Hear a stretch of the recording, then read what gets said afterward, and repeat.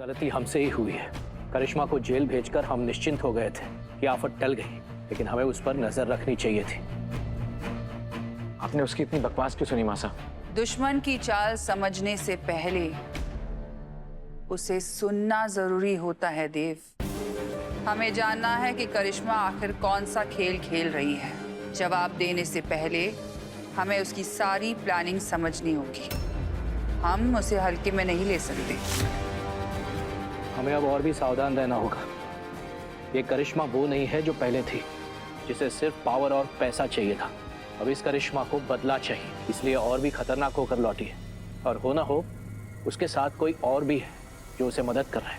ये काम वो अकेले नहीं कर सकते।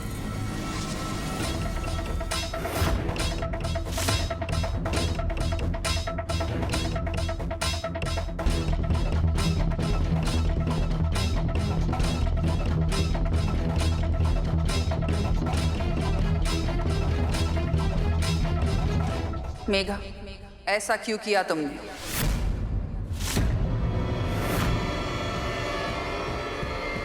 हमारी जान बचाने के लिए तुम अपनी जान देने के लिए तैयार हो गए।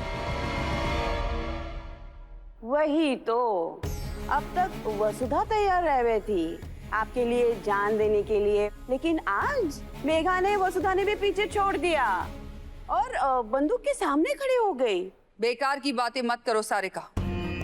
मेघा और वसुधा दोनों अपनी अपनी जगह है। दोनों के बीच कोई मुकाबला नहीं है और हो भी नहीं सकता, क्योंकि मेघा इस घर की होने वाली बहू है।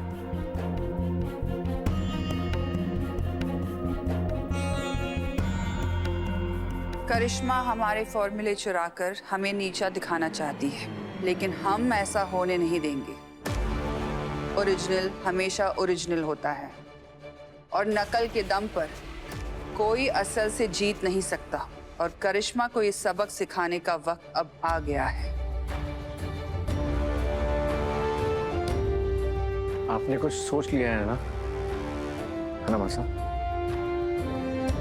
हम सोचते बाद में है, हमारा बेटा समझ पहले जाता है।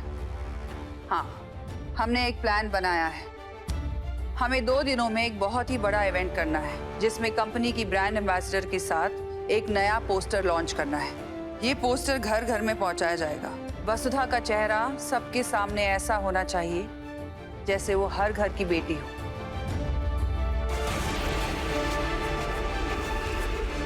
ये सब मेरी वजह से हो रहा है मासा। अब मैं गलती ठीक करने के लिए अपनी जान लगा दूंगा। पर पहले आज एक जरूरी काम करना है हमें। सावित्री,